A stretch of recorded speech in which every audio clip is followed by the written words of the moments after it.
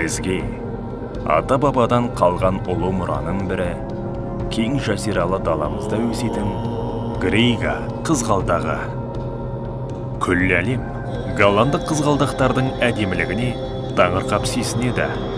Алайда көпшілік бұл гүлдердің тарихы біздің жерден бастау алатынын білмейді.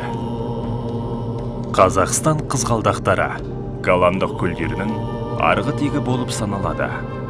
Қазақстан қызғалдақтарының сабағы кезінде Еуропаға жеткізілген. Кейін онда бұл гүлдер өсіріліп, кәдімгі аңызға айналды.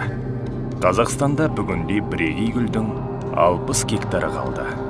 Ұрпағыңа соңыңнан не қалдыратыныңды ойлан. Тас па, әлде гүл ме? Шешімді өзің қабылдайсың.